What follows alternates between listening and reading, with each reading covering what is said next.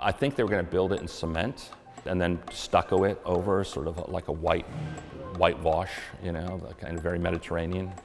I think the practicality of it became an issue at a certain point.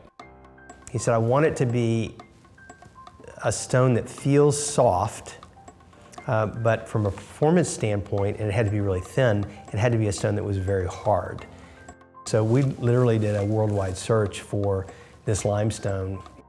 Eventually this one emerged and they had good testing data on it and it worked and Ellsworth loved it, and so it was a winner.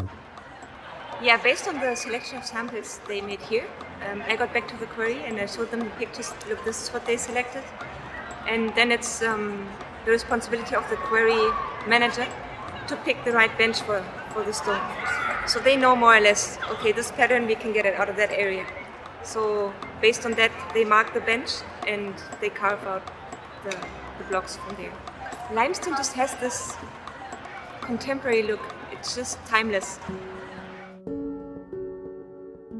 When we first started, of course, you have to imagine that this was imagined as a monolithic thing and the floor was being monolithic concrete. And so we couldn't do it as a monolith, there were going to be joints. And our first take at it was we came back with a Cartesian grid because we thought it's neutral, it doesn't make any kind of a statement, and we were going to do a grid on the floor and a grid on the building. And Ellsworth, looked at it and said, I think it needs to evoke more the spirit of the buildings that inspired it. He kept pulling out this book he had on, French chapels and Romanesque architecture, and he said, look at how the stones are irregular. What we call random coursed ashlar stone. And then he took us outside to his patio and he said, just like this. And so that became both the flooring and the stone pattern on the walls.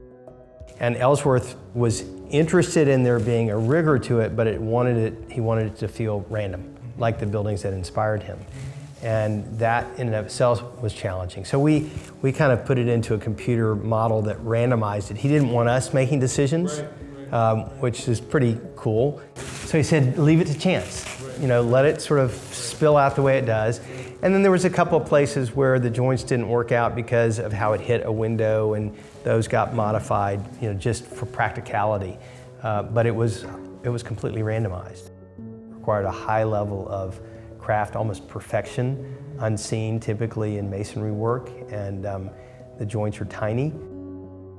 They're all different, everyone's numbered, everyone had a specific place.